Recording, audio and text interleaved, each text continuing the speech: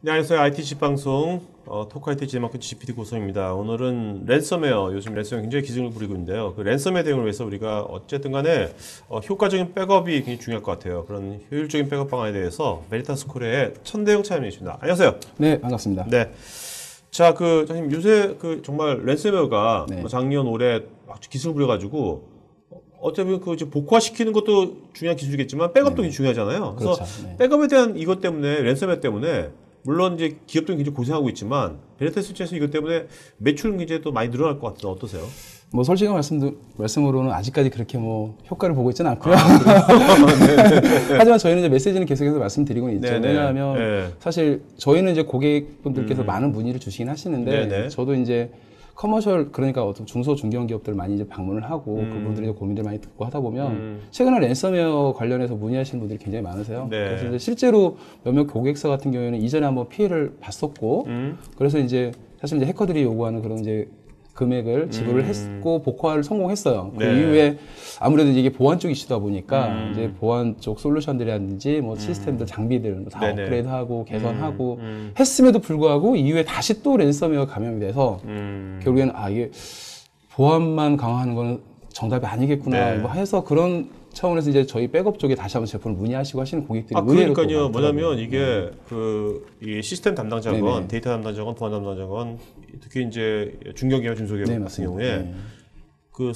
서버는 모르겠는데 메인 서버는 모르겠는데 메인 시스템 모르겠지만 백업 같은 경우는 사장님한테 경영진한테 이거 저 백업 여기 효과적인 이거 말하기 쉽지 않거든요. 그렇죠. 위에서 야 네. 그거 뭐 잘 됐잖아 이러면 맞습니다. 네. 명분도 없었는데 그렇죠. 네. 랜섬웨어가 이게 기승을 부리니까 네네. 사장님 옆에 우리가 비슷한 회사에서 랜섬웨어 감염돼가지고 이렇게 다 됐으면 이렇게 하면 굉장히 뭔가 이렇게 기한 올리기가 좋을 것 같아요. 옛날에 비해서. 예.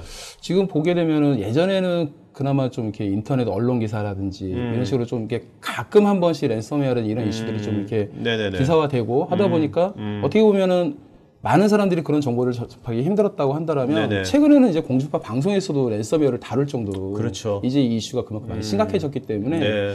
과거에는 말씀하신 것처럼 예를 들어서 IT 관리자분들이 이 랜섬웨어 대비하기 위해서 어떤 솔루션을 도입하기 위한 예산이 필요하고 그래서 뭐 사장님한테 이거 사주세요라고 기한을 올려서 네. 말하기도 힘들고 그렇죠. 왜냐하면 같이 공감을 해줘야지 그렇죠. 쉽게 그런 부분들이 승인이 되고 투자가 이루어질 텐데 네네. 공감을 하지 못하니까 근데 최근에는 여기저기 언론 매체에서도 많이 랜섬웨어에 대해서 다루고 있기 때문에 네네. 아마 그분들도 네. 이제 어느 정도는 이게 정말 큰 이슈라는 거를 느끼고 있지 않을까라고 생각을 합니다. 그렇죠. 그리고 또 요즘 랜섬웨어지만 이제 기업이 뭔가 경쟁력을 가지려면 네네. 자체 데이터건 아니면 고객 데이터건 간에 저희 회사 마찬가지지만 그 데이터가 굉장히 중요하다는 걸 제가 많이 느끼거든요. 당연하죠. 네, 데이터가 앞으로 네. 비즈니스에 아주 핵이겠다 하는 네. 것을. 네. 사실 옛날에 그 보안 침해 사고들이 네. 뭐 320 이렇게 해서 옛날에는 뭐 APT 공격이 많았잖아요. 그죠? 그렇죠. 근데 요즘 와서 이제 랜섬웨어 굉장히 많아지는 것 같아요. 네. 사실 예전에 과거에 보게 되면은 뭐 너무나 잘 알고 있는 뭐 농협 사태부터 320 사태, 뭐 6.25 네네. 사태 거의 해마다 끊이지 않고 뭔가 큰 인터넷 뭐 침해, 뭐 보안 사고들이 발생을 했었고 네네. 그에 대해서 굉장히 언론화되고 이슈의 심각성이 다시 한번 대두되고 했었는데 과거에 그런 이제 뭐라고 해야죠? 그 보안 사고의 유형이 어떻게 보면 악성 해커들에 의한 뭐 공격형 뭐 그렇죠. 이런 식의 이제 그런 네네. 피해 사례들이 많았다라면 최근에는 오히려 이 랜섬웨어 한 가지가 몇 년째 계속해서 지금 부각이 네네. 되고 있고요. 그 피해가 점점 더 커지고 있다라는 거죠. 여기 도표에도 보니까 네. 이게 개인은 39%, 기관이 61%네요. 네, 그러니까. 맞습니다. 왜냐하면은 어차피 솔직히 뭐 저도 집에 가면 인터넷 사실 그렇게 많이 안 합니다. 왜냐하면 네네. 요즘에는 스마트폰으로 내 필요한 정보를 모두가 볼 수 있기 때문에 굳이 PC를 통해서 뭔가 인터넷을 하고 하기보다는 사무실에서 업무를 하다가 뭔가 인터넷을 이용한다든지 네네. 메일을 확인한다든지 하는 그런 부분들이 많거든요. 네네. 그러다 보니까 아무래도 여기 뭐 그래프도 나와 있기는 하지만 대부분의 그런 피해 발생하는 곳이 아마 기업이 아닌가 생각을 하고요. 네. 그래도 최근에 이제 이런 트렌드를 보게 되면 아무래도 외부와 그런 이제 통신이라든지 이런 접근이 많이 차단되어 있다고 생각하는 공공기관이나 병원 이런 분야에서도 최근에는 이제 랜섬웨어 감염 피해 사례가 계속 발생을 하고 있고요. 네. 그리고 뭐 최근에는 또 이제 국내에 좀 굉장히 많은 체인점을 두고 있는 어떤 한 치과가 있는데 네. 한 두 군데 정도에서 이제 랜섬웨어 피해가 발생을 했고 네. 아까 처음에 말씀드렸던 것처럼 한 번 랜섬웨어 피해를 발생했고 복구를 한 다음에 보안 투자를 했는데 또다시 감염됐던 거는 어떻게 보면 한 기업에서 연거푸 발생이 된 거지만 네. 이 체인점 같은 경우에는 한 군데 발생을 했고 투자를 했는데 다른 지점에서 다시 또 보안 사고가 발생한 광주, 거죠. 원주 두 군데 지점에서 그렇죠. 따로따로. 그러다 보니까 이제 백업 제품이 도입된 그런 사례가 되는 거죠. 네. 여기 보니까 이게 기업도 이게 대기업보다는 네. 이게 중소기업하고 네, 이게 맞습니다. 중견기업이 아무래도 그 그렇죠. 피해가 심하네요. 네, 맞습니다.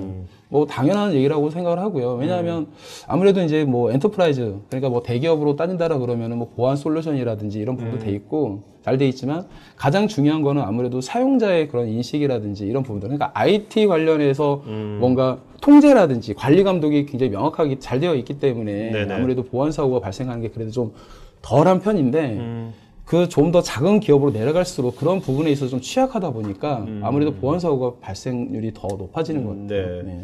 그 랜섬웨어가 그 암호화를 시키고 이제 복화의 대가로 이제 돈을 받는 거 네, 아닙니까? 맞습니다. 근데 이제 그 요즘은 근데 안랩이라든지 카스퍼키스랩 같은 데서 또 복화 방안을 네. 빨리빨리 또 제시해 주는 것 같아요. 네. 사실 근데 그게 또 그렇게 빠르다고 말씀을 드릴 수도 없고요. 네. 그리고 이제 100% 복화되는 것도 아니고 복화되는 그런 툴을 제공하고 있긴 하지만 제공되는 툴을 통해서 복화될 수 있는 그런 이제 부분도 굉장히 일부에 지나지 않습니다. 사실 네네. 어떻게 보면 복화 가능한 이 툴을 통해서 복화 가능한 악성 코드 유형은 그냥 110만 깔아도 이제는 사전에 막을 수 있는 유형. 네네. 왜냐하면 이 랜섬웨어의 이런 종류는 하루가 멀다 하고 계속해서 새로운 변종들이 등장하고 네네네. 있거든요.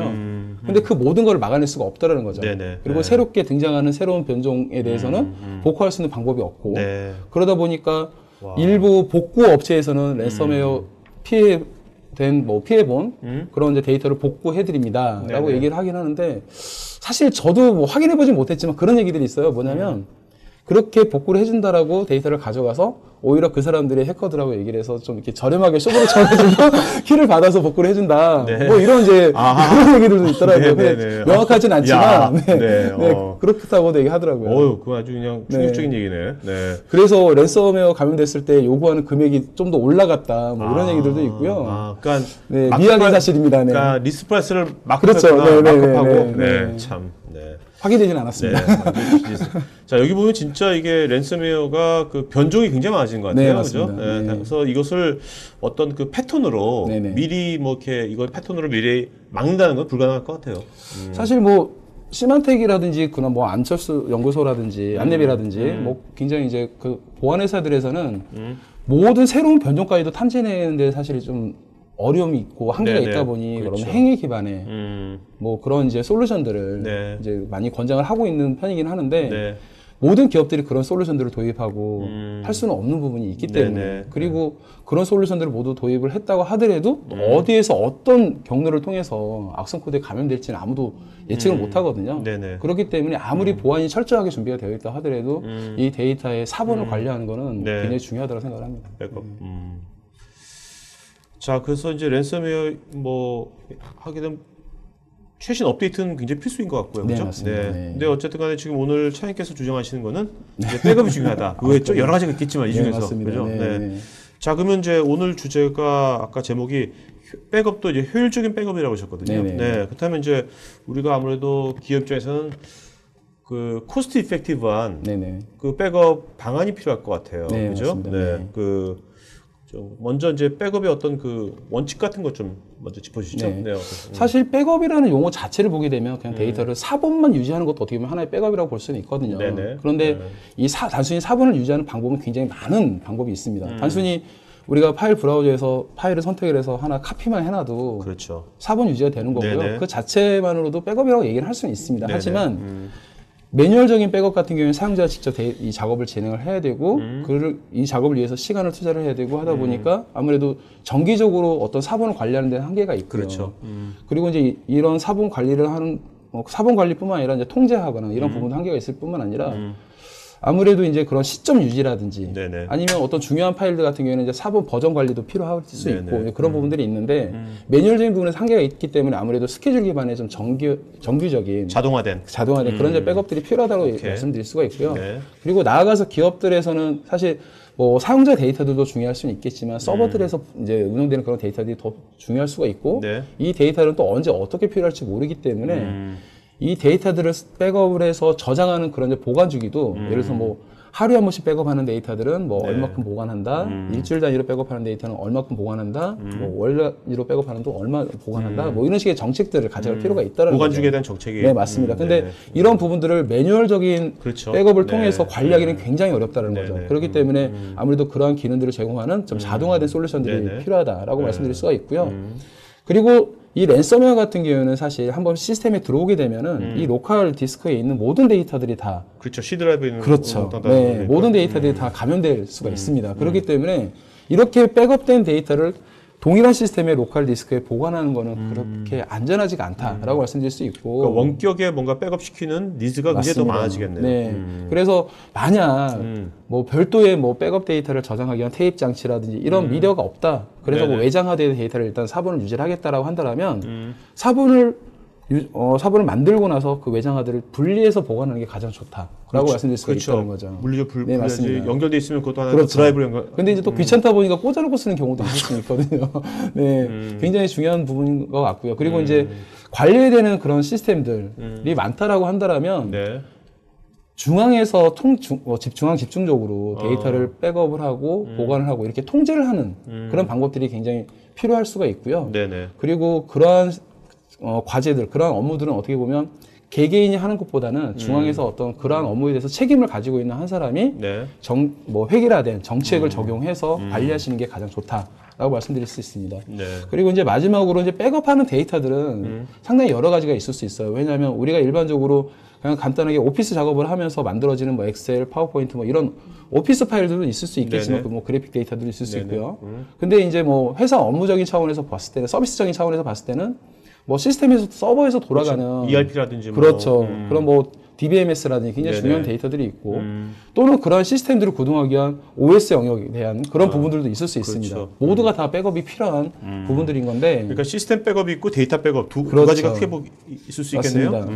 그래서 이제 지금 보시는 것 같은 경우에는 시스템이 어떻게 구성이 되어 있나 어떻게 보면 이 IT를 아시는 분들은 이미 다 네네, 너무나 잘 그렇죠. 알고 계시는 부분이긴 네네. 한데 보시는 것처럼 제가 320 사태를 한번 예를 들어볼게요. 네네. 320 사태 같은 경우에는 악성 코드가 들어와서 부트 영역을 뭔가 그 새로운 값으로 오버라이팅을 하면서 재부팅이 되지 않아서 피해가 발생하는 이제 그런 네네. 케이스에 해당하는데 그때 오버라이팅 했던 영역이 여기 보시는 MBR 영역에 해당합니다. 아, 네. 저 MBR 영역이 손상이 되면 부팅이 되지 않죠, 시스템이. 그렇기 때문에 만약에 시스템이 장애가 나서 부팅이 되지 않는다. 그러면 빨리 서비스를 재개할 수 있게끔 MBR 영역이 이게 뭡니까? 마스터 부트 레코드라고 마스터 부트 얘기합니다. 레코드. 예. 오케이.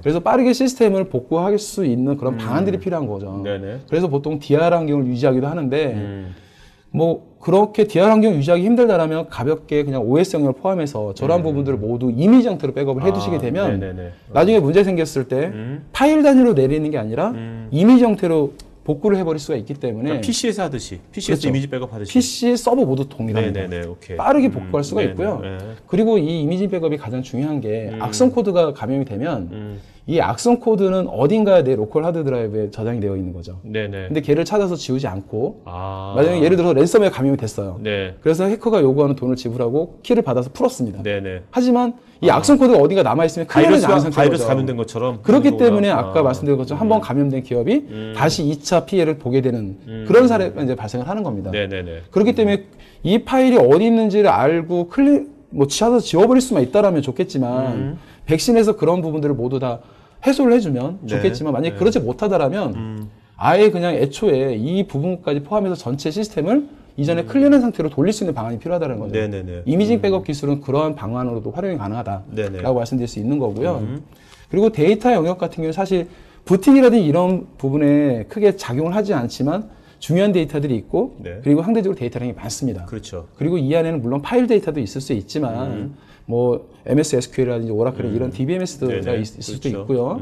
뭐 가상 이미지라든지 이런 부분들이 있을 수도 있거든요. 그래서 종류도 다양하고 용량도 크기 때문에 이미징 백업 방식보다는 정교화된 스케줄 기반의 네. 자동화된 데이터 백업 솔루션을 적용을 해서 네. 좀 이렇게 정기적으로 보관해 주는 게 좋습니다. 왜냐하면 OS 영역 같은 경우는 자주자주 바뀌는 부분이 아니기 때문에 뭐 한 2주에 한 번, 한 달에 한 번 이렇게 이미지 어떤 시점별로 이렇게 백업 해두게 되면 네네네. 그 전으로 돌아가면 되거든요. 하지만 데이터 영역은 자주 데이터들이 업데이트 되기 때문에 최소한 하루에 한 번 정도는 백업을 해줘야 된다는 거죠. 그러니까 데이터 영역은 뭔가 정책과 자동화 맞습니다. 이것이 중요한 이제 핵심 키워드겠네요. 네, 맞습니다. 참 이런 것을 위해서 이제 그 베리타스의 지금 솔루션들이 지금 여기 보이는 세 가지입니까? 네, 맞습니다. 사실 여기에는 지금 그냥 크게 구분만 해놓은 거고요. 네네. 예를 들어서 그 시스템은 사용자 PC가 있고요. 그다음에 관리자에서 관리되는 서버가 이렇게 있을 수 있습니다. 그럼 두 가지 유형이 있는데 사실 이 두 가지 시스템들은 운영되는 방식이 다르거든요. 네. 사용자 PC는 사용자 관점. 다시 얘기해서 뭐냐면 내가 필요할 때 부팅이 되어 있습니다. 내가 퇴근할 때 꺼져 있죠. 그렇죠. 그러면 백업은 켜져 있을 때 백업을 해야 됩니다. 그렇네요. 그렇죠. 그렇죠. 근데 내가 켜져 있을 때는 업무를 위해서 사용하고 있고 그 시간에 백업이 되게 되면 아무래도 업무가 느려질 수밖에 없어요. 네네. 그렇죠. 그리고 그 시간이 굉장히 유동적이기 때문에 관리자가 그걸 찾아서 그 시간 맞춰서 백업한다는 건 무리가 있습니다. 그렇죠. 그렇기 때문에 실시간으로 자동화된 이런 백업 기술이 필요하고 네네. 거기에 맞는 백업 솔루션이 이제 CDP라는 데이터 오케이. 백업 솔루션이다라고 말씀드릴 수 있는 거고요. 뭔가 인크리멘털하게. 그렇죠. 그래서 데이터가 변경될 때마다 그때 바로바로 오케이. 백업이 되게끔. 네. 그런데 서버 같은 경우에는 항상 켜져 있습니다. 네, 그렇죠. 관리자 입장에서 백업을 하면 된다는 거죠. 그래서 내가 지정된 시간에 지정된 정책으로 백업을 하는 네. 그런 방식이 되는 거죠. 그래서 스케줄, 정책 기반의 데이터 백업 솔루션이 필요한 거고요. 네네. 베리타스에서는 이제 그 부분에 이제 두 가지 제품, 백업 이그젝과 넷백업이라는 두 가지 솔루션들을 제공하고 있고, 네. 그리고 아까 말씀드린 것처럼 OS라든지 이런 부분들을 이미지 형태로 백업할 수 있는 시스템 리커버리라는 이미징 백업 솔루션 이렇게 네. 제공을 하고 있습니다. 그러니까 이건 시스템 리커버리고 솔루션 네, 이름이. 맞습니다. 네. 요 CDP 기반 데이터는 뭔가 솔루션 이름이? 데스크탑 앤 랩탑 옵션입니다. 데스크탑 앤 랩탑 옵션. 네네. 네. 그리고 요거 두 가지가 오늘 이따 자세히 설명하겠죠? 요거 두 가지. 네네. 자, 보통 이제 회사에 보면 이제 백업 서버는 보통 있지 않나요? 네, 어떤가요? 맞습니다. 네. 백업 서버들이 있는 경우도 있고 사실 백업 서버들이 없는 경우도 경우가, 많습니다. 네. 왜냐하면 실제로 저희가 돌아다니다 보면 백업 제품들이 없는 기업들도 많고요. 그럼 어떻게 하고 계세요? 여쭤보면 뭐 개발 소스나 이런 것들은 그냥 뭐 압축해서 그냥 사본을 하나 떠놓는다든지 네. DB는 그냥 뭐 익스포트해서 덤프를 하나 내려놓는다든지 그냥 자기가 필요한 데이터들은 자기가 사본을 알아서 관리하는 이런 기업들이 의외로 많습니다. 특히 네네. 이제 SMB 기업으로 내려갈수록 그런 부분들이 많고요. 물론 중견기업 이상으로 올라가게 되면 대부분 웬만하면 백업 솔루션들은 어느 정도 갖춰져 있다고 볼 수 있는데 네. 중견기업 밑으로 이하로 내려가게 되면 이제 그런 부분들이 많이 좀 취약하다라고 얘기할 수가 있는 거죠. 그런데 그런 환경에서 물론 이제 제가 사본을 어느 정도 이제 사전에 만들어놨다라고 네. 하는 그런 부분들 같은 경우는 이 사본을 가지고 대처를 할 수가 있는데 그 외의 부분들은 전혀 대처 방법이 없는 거죠. 네. 그렇기 때문에 저희라든지 이런 이제 백업 회사들한테 어떤 이제 제품 문의를 하고 컨설팅 요청을 해서 이제 가서 보게 되면 거의 모든 분들이 네. 뭔가 최근에 이슈가 있어서 백업에 대한 니즈가 갑자기 부각이 되고 그래서 이제 도입이 필요하기 때문에 저희한테 컨설팅을 받기를 원하시는 그런 네, 부분들이 네. 많다라는 거죠. 네. 자, 그럼 이제 실제로 기업에서 네. 이제 백업되는 그 시나리오를 좀 말씀해 주시면 네네. 이해하기 좀 빠를 것 네네. 같거든요. 네. 사실 이제 저희 베리타스가 그래서 이제 시스템을 보호하는 가장 최적의 전략이다라고 이제 말씀드릴 수 있는 부분들이 어떻게 보면은 사실 물론 이제 가장 중요한 데이터가 가장 중요하겠죠. 네, 그렇죠. 예, 데이터를 어떻게 보호하느냐 이런 부분도 있을 수 있겠지만 뭐 시스템 영역, 그다음 데이터 영역 이런 부분까지 이제 포괄적으로 뭐 보호를 한다라 그러면은 시스템 영역 같은 경우는 이제 정기적으로 이미지 백업을 하고 네네네. 데이터 영역은 스케줄 기반의 자동화된 백업을 처리를 네네. 하지만 네. 시스템이 장애가 발생을 했을 때 시스템을 빠르게 복구를 해야지만이 다운타임을 줄일 수가 그렇죠. 있고 네. 서비스를 빠르게 재개할 수가 네. 있는 굉장히 거고요. 중요한 그렇죠. 요소죠. 최근에는 이 BS가 다운타임은 바로 그냥 생산성과 연결이 맞아요. 되기 때문에 네.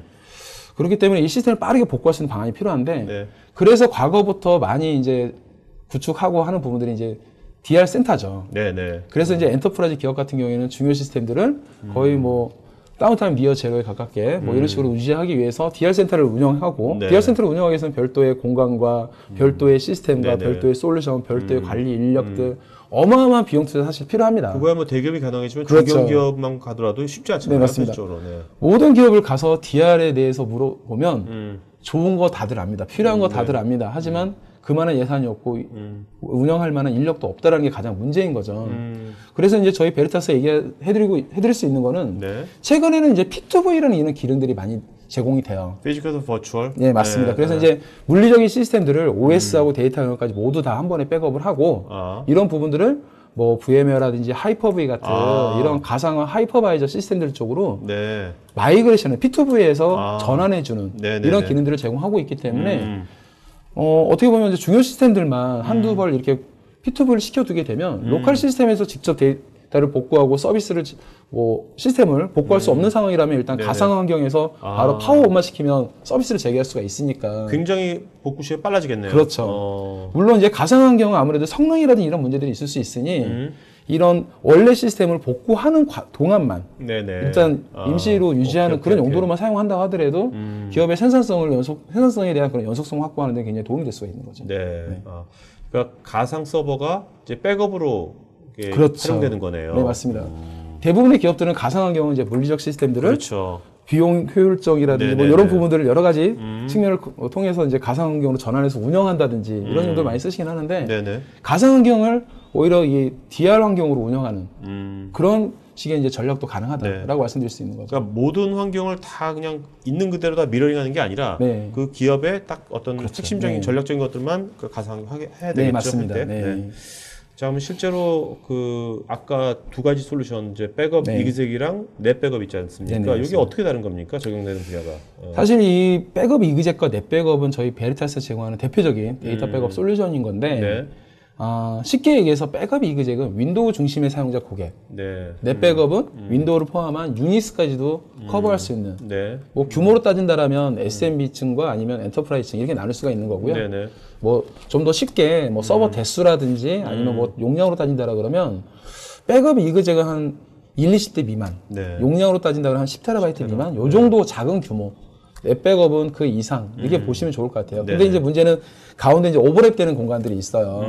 예를 들어서 우리는 용량은 한 10TB밖에 되진 않는데 중요 시스템들이 있고 그중에 유닉스 시스템이 포함되어 있다라든지 이런 식으로 이제 오버랩되는 공간들이 있어서 그런 경우에는 넷 백업이라든지 백업 이제 두 제품 중 어떤 제품이 효율적인지는 아무래도 이제 저희 컨설턴트라든지 이런 부분들을 통해서 한번 네. 아무래도 이제 좀 들어보시는 게 그러니까 이제 좋겠죠. 카바는 이제 서버 S라든지 네. 데이터 용량, 그 다음에 유닉스를 카바냐 아니냐 그것이 다른 거지. 네. 아까 뭐 P2V로 네네. 한 백업한다든지 또 통합된 자동화 정책 기반을 한다든지 이런 기능들은 똑같은 거죠.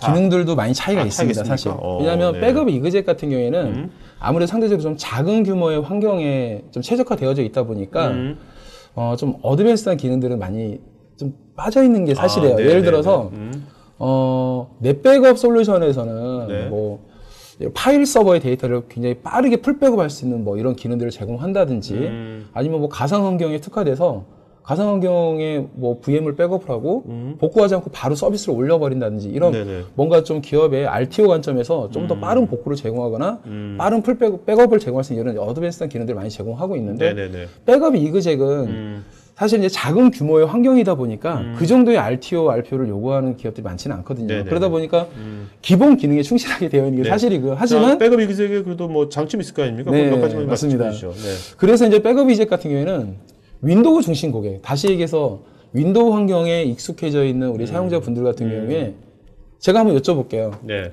그 뭔가 OS를 다루고 하실 때 네. 커맨드 치시나요?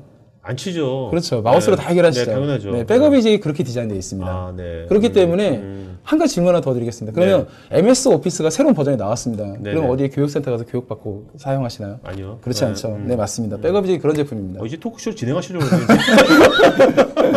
백업이 이게 이제 그 UI를 보시게 되면 네네. 아이콘들 다 되어 있거든요. 네네. 그러니까 마우스를 가지고 이게 뭐 클릭 하다 보면 이 제품을 쉽게 익힐 수 있는 그런 구성으로 되어져 있어서 굉장히 네. 쉽게 디자인되어 있어서 그냥 뭐 작은 규모의 그 기업의 관리자분들이 네네네. 별도의 교육을 이수하거나 하지 않고서도 사용할 수가 있고 직관적으로. 그리고 사실 이 백업의 제품이 굉장히 오래됐어요. 네. 그렇기 때문에 이미 많은 분들이 이 백업의 제품을 너무나 잘 알고 계시고 과거에 윈도우 2003 같은 경우에는 OS에 엔티 백업이라는 기능이 있었는데 네. 그 기능이 이 백업 이젝의 라이트 버전입니다.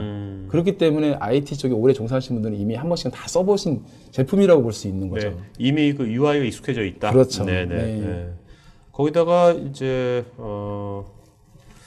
자, 그다음에 이제 이것도 마찬가지로 백업 이그에서 제공하는 기능인데 사실 이 부분은 넷 백업보다는 백업 이젝이 좋습니다. 아, 네. 예, 그게 무슨 얘기냐면 저는 솔직하니까요. 네네. 이게 무슨 얘기냐면 아까 그 P2V를 말씀드렸어요. 네네. 넷 백업 백업이라는 솔루션도 P2V로 제공을 합니다. 근데 백업 이그젝은 자동화된 P2V로 제공을 합니다. 그러니까 그게 무슨 얘기냐면 백업 서버 자기 자신이어도 좋고 네. 별도의 하이퍼바이저 서버도 좋습니다. 네네. 하이퍼바이저 기능이 탑재되어 있는 시스템만 있다라면 물리적인 윈도우 시스템을 백업을 해서 자동으로 하이퍼바이저 시스템에 P2V를 해줄 수 있는 이런 기능들 구현이 가능하다는 거죠. 그런데 넷백업에서는 P2V 기능을 제공하긴 하지만 이제 매뉴얼하게 P2V를 해야 되는 그런 불편함이 있어서 말씀하신 것처럼 그냥 중요 시스템에 대해서만 사용자가 P2V를 해야 되는 이런 부분이 있습니다. 그러니까 이제 기능적으로 이제 차이가 있는 거죠. 백업 이그젝에서는 네. 이제 백업 서버가 있을 거 아닙니까? 네네. 거기에 이제 백업이 될 때, 네. 백업이 때 자동적으로 만약에 하이퍼바이저가 있다면 네네. 글로 또 이제 또 정책으로 세울 수가 있는 거죠. 정책 세울 수 있는 거죠. 그렇죠. 그리고 이 하이퍼바이저 서버가 따로 있을 수 있겠지만 이것을 백업 서버에 서버에 넣을 수도 있는 그렇죠. 거고. 같이 할 수도 있고요. 어차피 백업 이제 서버 자체가 윈도우니까 네네. 윈도우에 뭐 그렇죠. VM을 구성하시던 하이퍼V가 되겠군요. 마이크로소프트 제품이니까 하이퍼V 좀 같이 구성을 해서 좀 이렇게 공간 있고 스펙만 좀 여유가 있다라면 네네. 백업 서버 자기 자신 쪽으로 P2V를 시켜버릴 수도 있는 거죠. 네, 다양한 방법으로 시스템 보호할 수 있는 그런 전략을 알겠습니다. 세울 수가 있습니다. 네. 또 이렇게 중복 제거 기능도 있나 봐요. 요즘에 백업 제품들은 중복 제어 기능이 거의 필수죠. 그래서 네네. 이제 데이터 백업 솔루션을 얘기하다 보면 사실 요즘에 중복 제어 기능은 거의 이제 필수로 들어가 있으니까 뭐 장점이라고 얘기할 네네. 가치도 없는 기본적인 기능이라고 볼 수 있는데 네. 이 기능에 대해서 제가 다시 한번 언급을 하자면 네. 백업 이그젝이 가장 좋은 점 한 가지가 있어요. 네.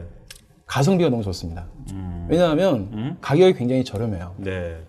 그래서 뭐 이런 얘기를 해도 되는지 모르겠지만 뭐 많게는 내 백업 솔루션을 비교를 했을 때 많게는 뭐 10배 이상도 차이가 발생할 수 있는 네. 그 정도로 굉장히 저렴한 가격으로 되어 있기 때문에 그러면 뭐 중요한 기능들 이런 것도 다 빠져 있는 거 아닌가라고 이제 고객분들이 느낄 수도 있거든요. 네네. 그런데 백업 이그젝은 내 백업을 제공하는 뭐 DBMS를 지원한다든지 가상 환경을 지원한다든지 클라우드 환경을 지원한다든지 네네네. 뿐만 아니라 이런 중복 제어 기능까지 모두 다 포함이 되어져 있다는 거죠.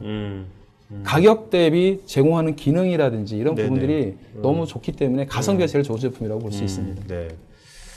근데 어쨌든 간에 이런 것들이 이제 가성비가 굉장히 좋기 때문에 네. 사실 예산을 크게 잡지 않아도 되는 건데 네. 이제 중소기업이나 중견기업이 이것이 확산되려면 네네. 아까 맨 처음 우리가 말했듯이 경영진이 그죠? 네네. 이런 것에 대해서 뭔가 공감대가 형성이 돼야지만 이것이 확산될 것 같아요. 네네. 네.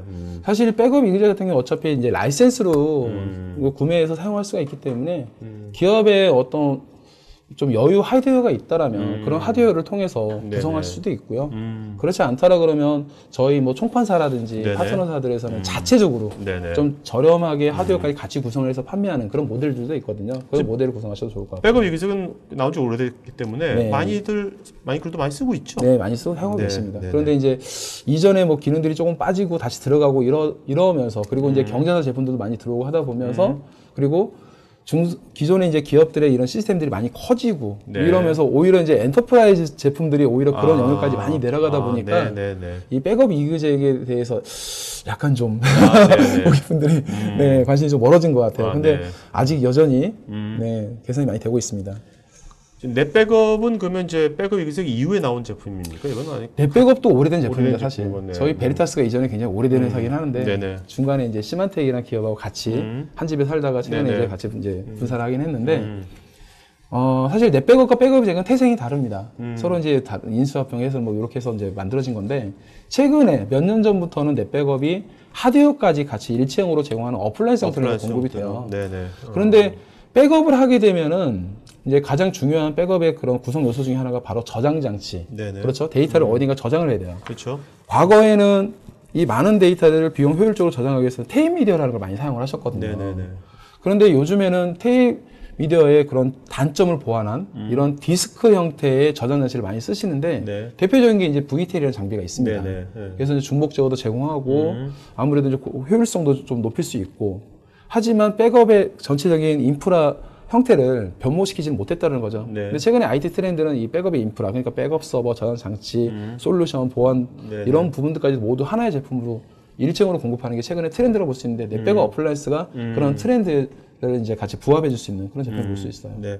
여기 뭐 보안 어떤 솔루션도 들어가 있습니까? 네, 여기? 맞습니다. 넷백업 어플라이언스 같은 경우에는 이제 시만텍 크리티컬 시스템 프로텍션이라는 보안 솔루션이 들어가 있는데 네. 이게 마치 은행에 가시면은 그 현금 인출기 있죠, ATM기. 네네네. 네. ATM기 같은 경우에도 분명히 이제 OS가 탑재되어 있습니다.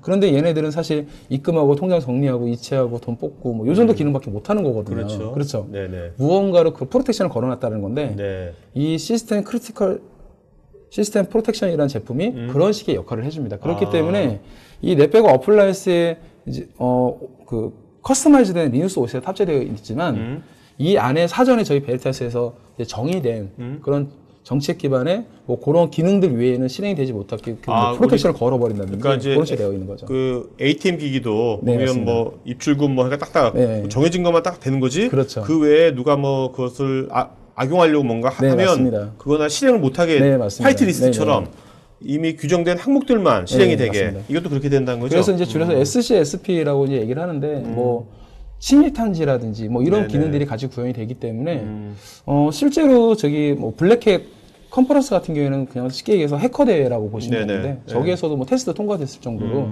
이 보안성 하나에서는 이제 굉장히 안심하고 사용하셔도 좋은 제품이고 요즘에 뭐 랜섬웨어도 마찬가지긴 하지만 보안 사고들이 굉장히 많거든요. 네네. 예전에 320 같은 경우에는 백업 서버도 실제로 보안 사고를 당했었고요. 네네. 근데 이 백업 데이터라는 게 평상시에는 그 중요도가 낮습니다. 네. 왜냐하면 그렇죠. 사본이니까. 그렇죠. 그렇죠. 그런데 뭔가 이슈가 발생하면 중요도가 탑으로 올라가게 되는 네네. 거고 그때 그렇죠. 실제로 데이터를 복구를 해야 되는데 그 중요한 순간에 데이터를 복구할 수 없다라면 굉장히 큰 문제가 될 수가 있는 거죠. 네네. 그렇기 때문에 이 백업 서버는 이 보안성이 가장 중요하다라고 네. 볼 수가 있는 건데 어플라이언스는 그런 부분을 크게 보완을 한 제품이라고 볼 수 있습니다. 그래서 아까 그 화이트리스트 형태로 네네. 아주 그냥 굉장히 엄격한 정책을 맞습니다. 적용한 거네요. 네, 그죠? 맞습니다. 네. 네. 요거는 이제 아까 넷백업과 백업의 이기색에 네. 이제 뭐 그렇죠. 그 네. 비교하신 거고. 자, 요거를 실제로 이제 백업 이기색 같은 경우는 여기 시청자분들께서 네. 이게 트라이얼 버전을 사용할 수 있나 보죠? 그렇죠. 그래서 저희 베리타스가 트라이얼을 제공하는 게 딱 이 두 가지밖에 없다라고 네. 보시면 돼요. 백업 이그젝과 시스템 리커버리 두 가지 제품만 60일간에 대해서 기능 제약 없이 사용할 수 있도록 시스템 리커버리는 저희가 아까 제공합니다. 시스템 이미징 네, 거죠? 맞습니다. 네네.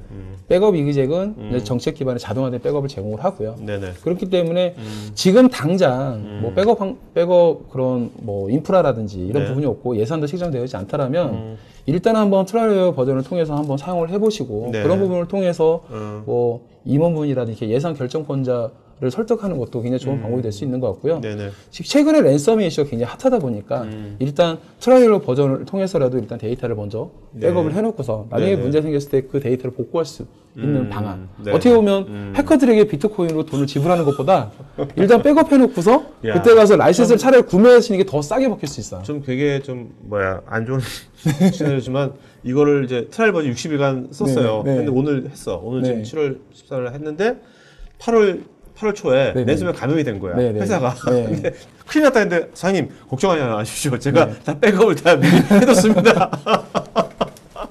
하면 제일 퍼펙트한 그렇죠. 시나리오가 되겠네요. 네. 뭐 그렇게 되면 안 네, 되겠지만. 그래도 안 되겠지만. 네네네. 네네네. 그렇습니다. 자, 이제 Q&A 시간 들어가겠습니다. 장님 답변 주시면서요. 네네. 좋은 질문 분들 세 분 네. 이름을 좀 적어주세요. 알겠죠? 네네. 발표 시 바랍니다. 최병감님, 어플라이언스를 구매하는 경우와 필요 제품 각각 구매하는 경우 비용 차이에 어떤 차별점이 있는지요? 사실 어플라이언스 같은 경우에는 하드웨어 안에 뭐 백업 소프트웨어라든지 이런 구성 요소들이 모두 포함이 되어져 있습니다. 근데 네네. 어플라이언스 같은 경우에는 이제 라이센스를 별도로 구매를 하셔야 돼요. 네네. 그래서 라이센스는 이제 개별 라이센스, 예를 들어서 뭐 필요한 옵션이라든지 아니면 클라이언트 단위로 구매를 하는 방법도 있긴 한데 이 어플라이언스 같은 이런 장비들이 나오면서 이제 용량 단위 라이센스를 많이 선호들 하세요. 네네. 그래서 내가 백업해야 되는 원본 데이터가 얼마냐, 테라바이트 기준으로. 그래서 네네. 그 정도의 라이센스를 구매하게 되면 넷백업의 모든 기능들을 사용할 수 있으니까 그런 식으로 많이들 사용하십니다. 그래서 비용 차이라고 한다면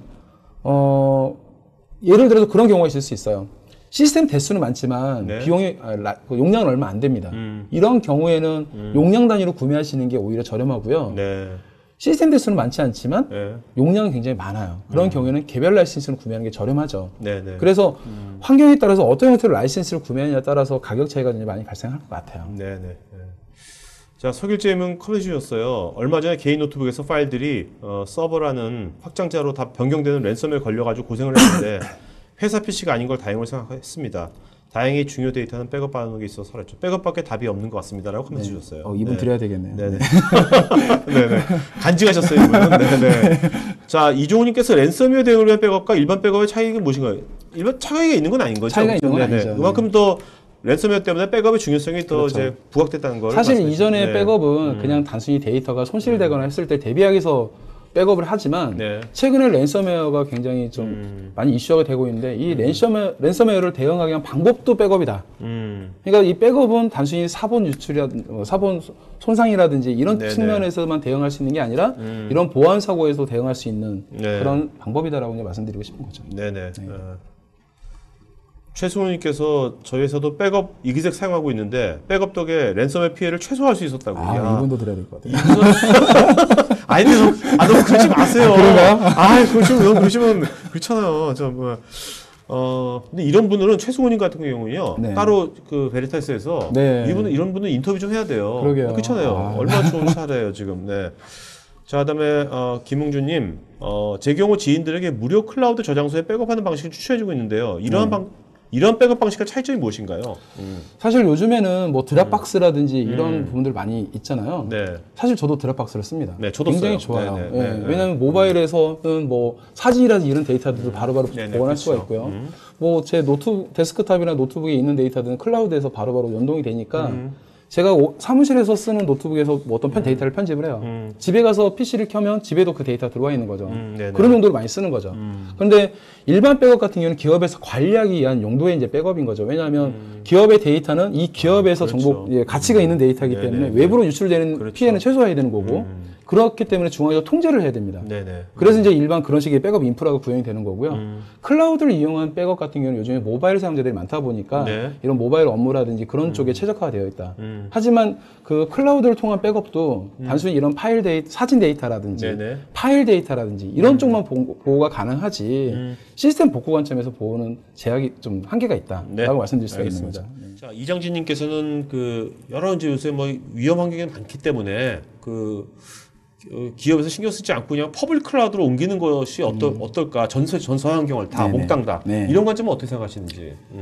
뭐 나쁘지 않은 방법으로 생각을 합니다. 네네네. 왜냐하면은 뭐 클라우드 환경은 아무래도 그런 클라우드 서비스 제공자가 네. 모든 리스크를 아무래도 많이 관리를 해주다 보니까 네네네. 괜찮긴 한데 문제는 이 클라우드 서비스가 데이터를 다시 로컬로 다운로드할 때 이제 과금이 되는 그런 정책으로 되어 있다 보니 네. 사실 이 안에서 가공되는 데이터 이 안에서 운영하고 하는 데 큰 문제는 없을 수 있어요. 네네. 하지만 나중에 내가 우리 데이터니까 내가 다시 가져와야지 네. 라고 했을 경우에는 네. 또 그만큼의 또 돈이 들어갈 수는 있습니다. 네네. 그리고 클라우드 환경 내에서 데이터를 운영하더라도 클라우드 서비스는 이 안에서 데이터들이 유실되거나 손실되거나 하는 부분에서는 책임을 지지는 않습니다. 네네. 그렇기 때문에 이 안에서도 자체적인 또 백업 방안을 강구를 해야 되는 거죠. 그렇죠. 네. 네.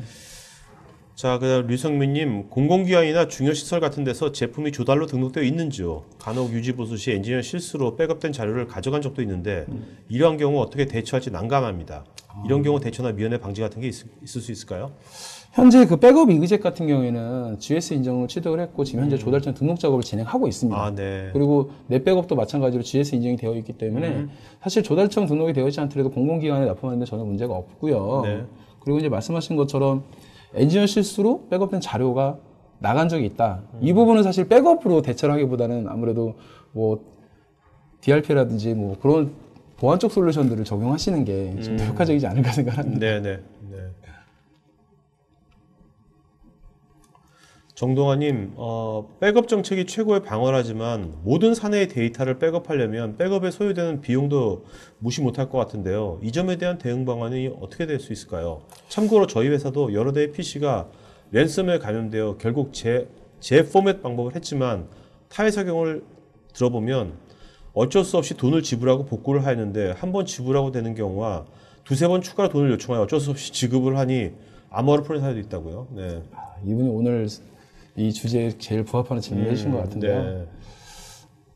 맞습니다. 이 백업 인프라를 구성하는 게 사실은 직접적으로 업무에 어떻게 도움이 되는 그런 서비스를 제공하는 건 아니거든요. 백업 네네. 같은 경우에는. 네. 아까도 말씀드렸지만 중요도로 따진다 그러면 아무래도 좀 밑으로 내려오다 보니까 하지만 이 백업 인프라 한번 초기에 구성하는 데는 어느 정도 막대한 비용이 들어갈 수밖에 없습니다. 네네. 왜냐하면 백업을 하기 위한 서버 인프라부터 저장 장치, 솔루션 이런 부분까지 모두 다 구비를 해야 되는 부분들이 있어서 그리고 이 제품 자체가 또 이게 저렴하지가 않습니다. 네. 무슨 뭐 백신처럼 뭐 몇만 원 주고 살 수 있는 뭐 이런 제품들이 아니다 보니 네. 비용에 대해서 굉장히 좀 무시할 수가 없는 그런 부분이 사실이긴 한데 이런 부분들은 아무래도 이제 전체적인 컨설팅이라든지 견적을 받아서 전체적으로 비용을 어느 정도 코스트를 낮출 수가 있는지 네. 사실 저희 베리타스만 하더라도 아까도 말씀드렸다시피 백업 이그젝과 넷백업이라는 제품 두 가지가 있거든요. 네네.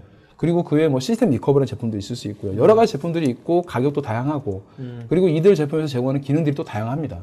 그런데 고객사에서 고객분들이 정말로 필요한 기능들이 무엇인지 그렇죠? 왜냐하면 굉장히 비싼 솔루션을 구매를 했는데 굳이 내가 필요하지 않는 기능들까지도 돈을 주고 산 느낌이 든다라면 사실 그건 좀 말이 안 되는 거거든요. 네네. 그렇기 때문에 정확하게 내가 필요한 기능들만 딱 제공할 수 있는 그런 기능들의 제품이 무엇이 있는지를 한번 검토해 보시는 게 아무래도 예산을 줄일 수 있는 가장 네, 큰 장점이 아닐까 알겠습니다. 생각을 해요.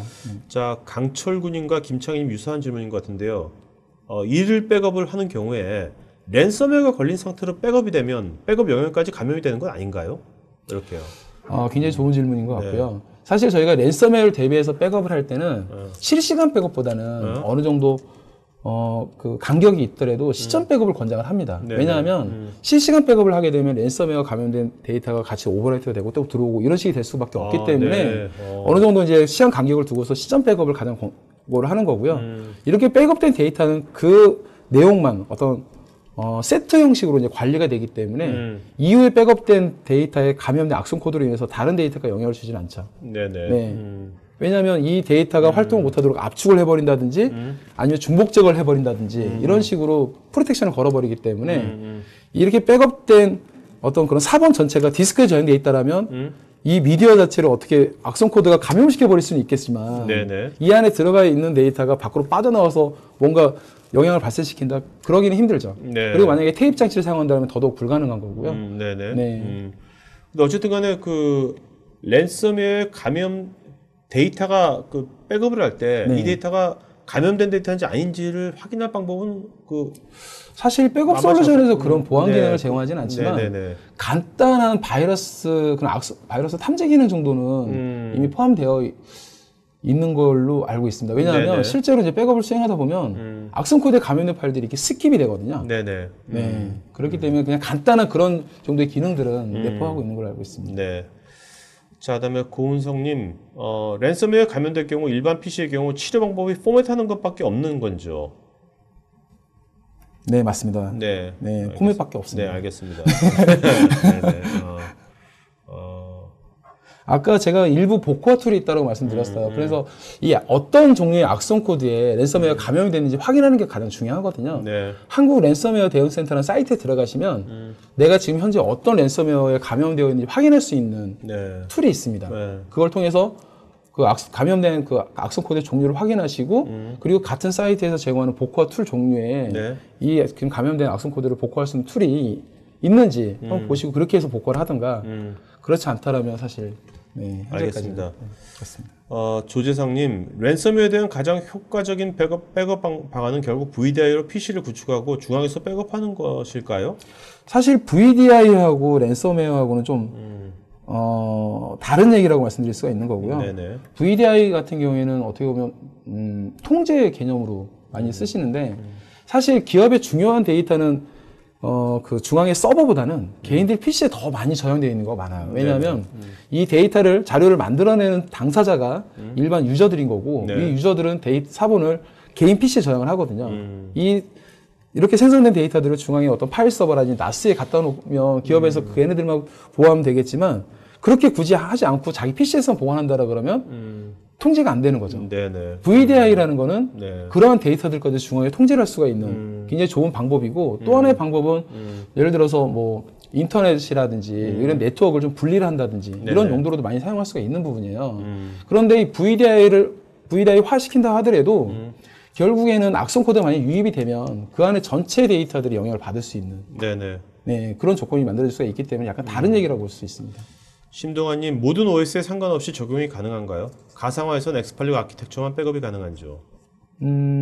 백업을 말씀하신다라 그러면 백업 이그젝은 윈도우, 리눅스, 맥 OS에 대해서 백업을 진행할 수가 있고요. 넷 백업은 유닉스 시스템까지도 모두 백업을 할 수가 있습니다. 알겠습니다. 네. 김성진님, 랜섬웨어가 화두가 되면서 문서 중앙화라는 용어가 많이 회자되고 이런 솔루션을 만들어서 출시하는 회사도 있는데요.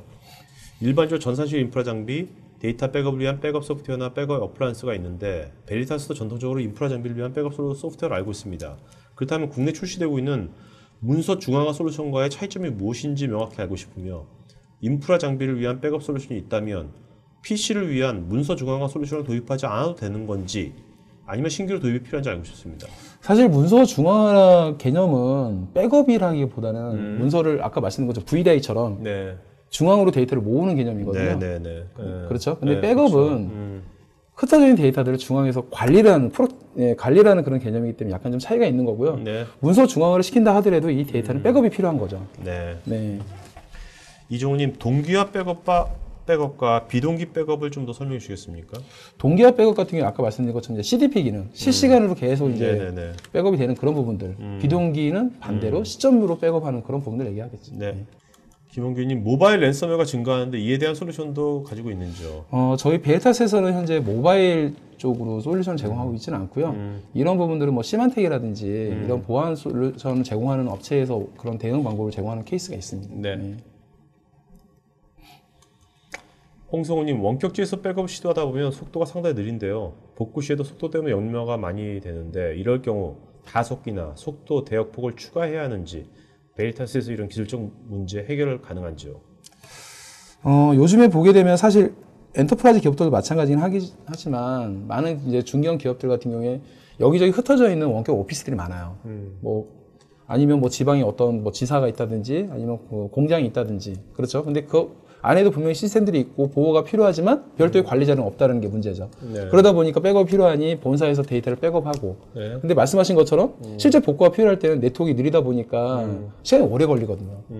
사실 보호 측면에서 본다라면 뭐 중복 제거 기능을 처리해서 데이터를 가져오는 이런 방법을 적용하면 되는데 복구가 느리다 하는 부분들은 사실 말씀하신 것처럼 뭐 인터넷 가속기나 이런 부분들을 사용했으면 좋긴 한데 백업 솔루션하고 그런 가속기를 같이 연동해서 뭔가를 한다든지 이런 부분들은 좀 어려움이 있습니다. 네네. 네. 자, 그 다음에 김태식님, 가상 환경을 사용했을 때 랜섬웨어 말고 또 다른 해킹으로부터 안전한 방어 수단이 될 수 있을까요? 일단 가상 환경을 사용하는 부분들 자체가 오늘 말씀드리는 거는 그냥 랜섬웨어 같은 이런 보안 사고에 대해서 말씀드렸는데 일반적인 그런 시스템 장애 케이스에서도 활용이 가능하다는 거죠. 예를 들어서 시스템이 뭐 디스크가 폴트가 나서 아니면 CPU라든지 메모리가 문제가 발생을 해서 시스템이 갑자기 뭐 셧다운 된다든지 네네. 이런 경우에도 사용이 가능한 거고요. 그리고 뭐 아직은 한국에서는 그렇게 일상적이진 않지만 뭐 천재지변이라든지 네. 이런 부분에서도 뭐 활용할 수 있는 방안이 될 수 있죠. 이 가상화 시스템을 원격 위치에 비치를 뭐 하고 이런 식으로 이제 전략을 갖춘다라면. 네네. 네. 황경상님, 베리타스 제품군 중에 VMware 환경에서 서버 가상화 VDI가 이미 구축되어 있는 상황에서 플러그인 형태로 백업을 지원하는 솔루션이 있는지요? 있다면 다른 제품과 비교했을 때 어떤 차이점을 가지고 있는지요? 가상 환경을 구축을 하고 나서 이 데이터를 백업을 할 때 플러그인 형태로 지원하는 거는 사실 개념 자체가 좀 다른 것 같고요. 네. 어차피 이제 VM의 환경이라든지 뭐 하이퍼V라든지 시트릭스라 이런 가상화 플랫폼에 있는 VM들을 백업할 수 있느냐 약간 이런 개념으로 봐야 된다고 보는 거고 넷 백업이나 백업 이전 모두 그런 가상 환경을 다 모두 백업할 수가 있고요. VDI 환경도 마찬가지입니다. 예, 모두 다 백업할 수가 있습니다.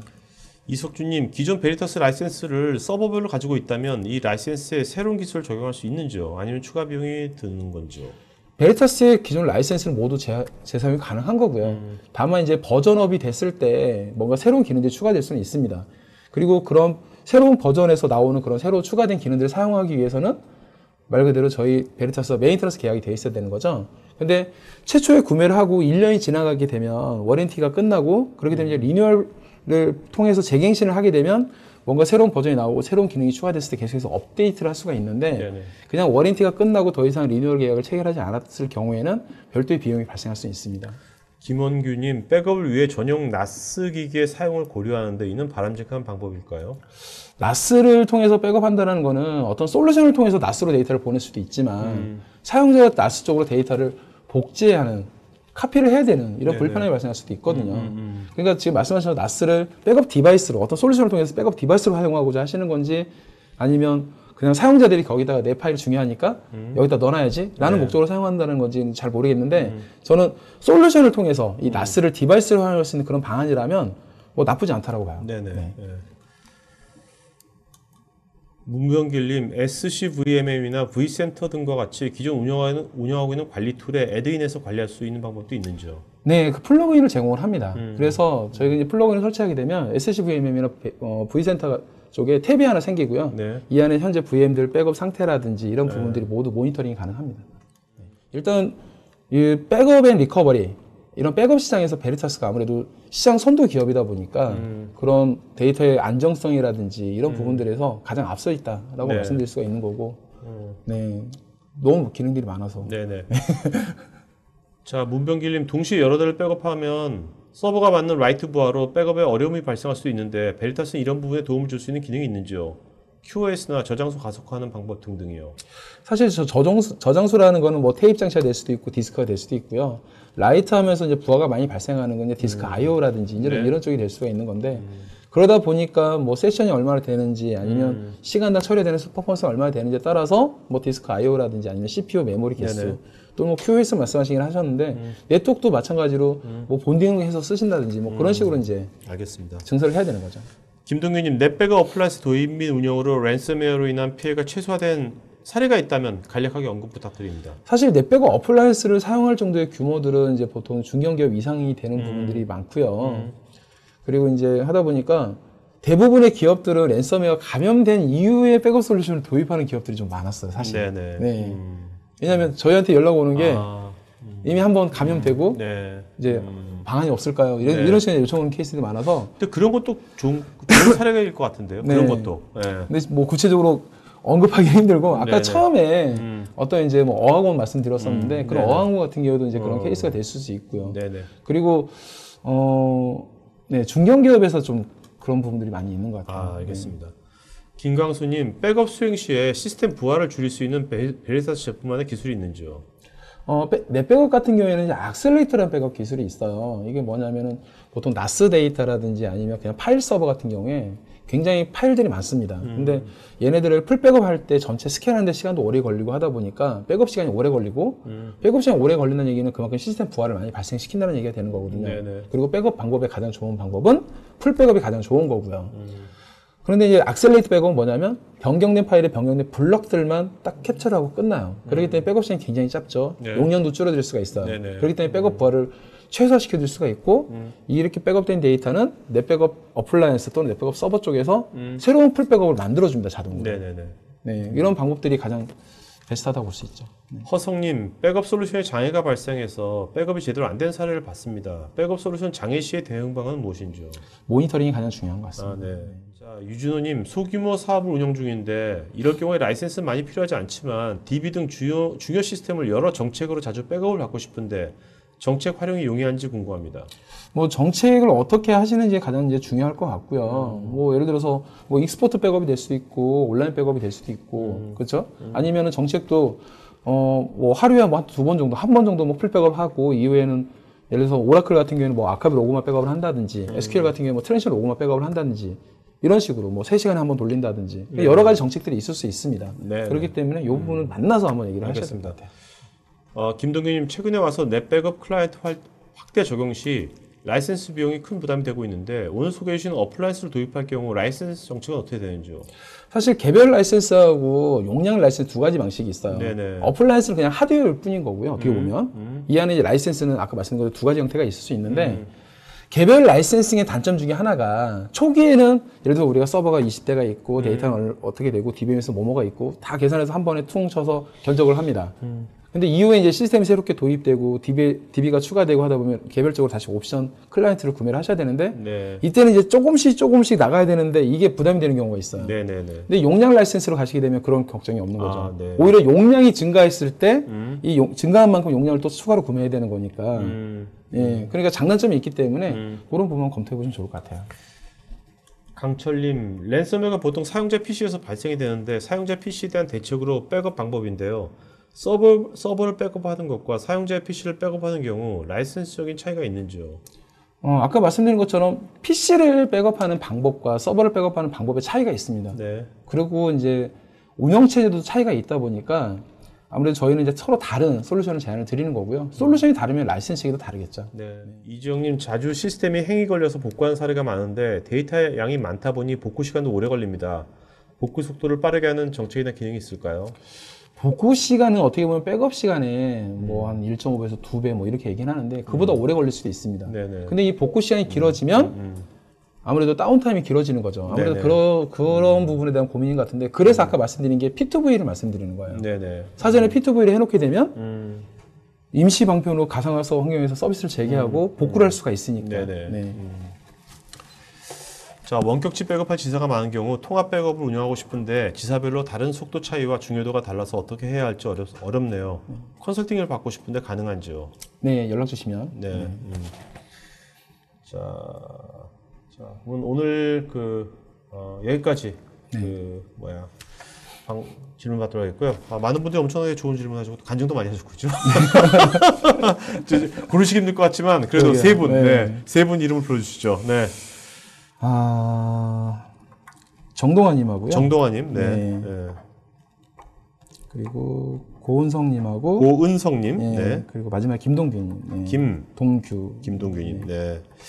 자, 정동화, 고은석, 김동규님 요 세 분은요, 저희 스태프 이메일로요, 이름, 주소, 핸드폰, 이메일 보내시고요. 스태프 이메일을 보내세요. 여기다 댓글을 쓰지 말고 댓글을 쓰면 여러분들 그 정보를 다른 분이 다 봐요. 그러니까 여기다 쓰지 말고 스태프 이메일로 보내주세요. 알겠죠? 이분들한테 백팩 드리겠고요. 자, 설문 마저자 응해주시면 저희 설문하신 분 중에서 20분한테 기프티콘 2장씩 보내드리도록 하겠습니다. 자, 오늘 마지막으로 한 말씀 해줄까요, 차장님? 네. 네, 제가 간만에 와서 참 많이 당황하고 네. 좀 진행을 잘할 수 있게끔 도와주셔서 감사하고요. 어떻게 보면 오늘 제가 말씀드리려고 했던 목적 자체는 사실 백업입니다. 백업이 굉장히 중요하다는 건데 요즘에 이제 랜섬웨어라는 이제 그런 굉장히 IT 환경에서 크리티컬한 보안 이슈들이 굉장히 또 이게 화두화되고 있어서 이런 랜섬웨어뿐만 아니라 모든 각종 보안 사고 이런 부분에 있어서도 백업은 선택이 아니라 필수다. 네네. 이런 말씀을 드리고 싶고요. 단순히 랜섬웨어 대응 차원뿐만이 아니라 뭐 각종 이런 IT 환경에 발생할 수 있는 네네. 재해라든지 사고를 대비하기 위해서 이 백업 시스템을 도입하고 백업 환경을 유지하는 거는 굉장히 여러 측면에서 IT 환경에 도움이 될 수 있고 개인의 생산성을 높여드릴 수 있는 방법이 될 수 있거든요. 네. 지금 만약에 뭔가 좀 아쉬움이 있고 개선이 필요하다라면 바로 한번 검토를 해보시는 게 가장 좋지 않을까 생각합니다. 네. 자, 여러분 지금 다 토크 IT 지금 거의 다 회원이실 텐데요. 회원이신 분들은 좀 제발 여기 사진, 프로파일 좀 이렇게 올려주시면요. 꼭 자기 얼굴이면 제일 좋겠고요. 저도 여러분 얼굴 봤으면 좋겠고요. 얼굴이 아니더라도 여기 다 같은 분야에 있는 분들이기 때문에 사실 얼굴 노출해도 돼요. 여기서는 여러분들 얼굴 좀 같이 봤으면 좋겠고 서로. 그 다음에 각자 자기 개인 프로파일 있지 않습니까? 그 정보란에 좀 디테일하게 좀 해주시면은 저희가 요즘은 또 이런 지금 웨비나 같은 경우는 공개된 거지만 요즘은 저희가 프리미엄 또 오픈 표시라 해가지고 초대된 분들만 또 모시고 하는 것들이 있거든요. 굉장히 그건 진하게 하는 겁니다. 실제로 그거는 뭐 사례라든지 어떤 POC 같은 개념을 하는 거거든요. 그래서 좀 여러분들 개인 정보 쪽에 좀 본인 그거를 안에 관심 분야라든지 이런 것들을 좀 자세하게 해주시면 그런 거 저희가 초대할 때 많이 도움이 될 것 같고요. 자, 하여튼 이제 또 마지막 오후 시간 잘 보내시고요. 이걸 마치고 가겠습니다. 고맙습니다. 네, 수고하셨습니다. 네네.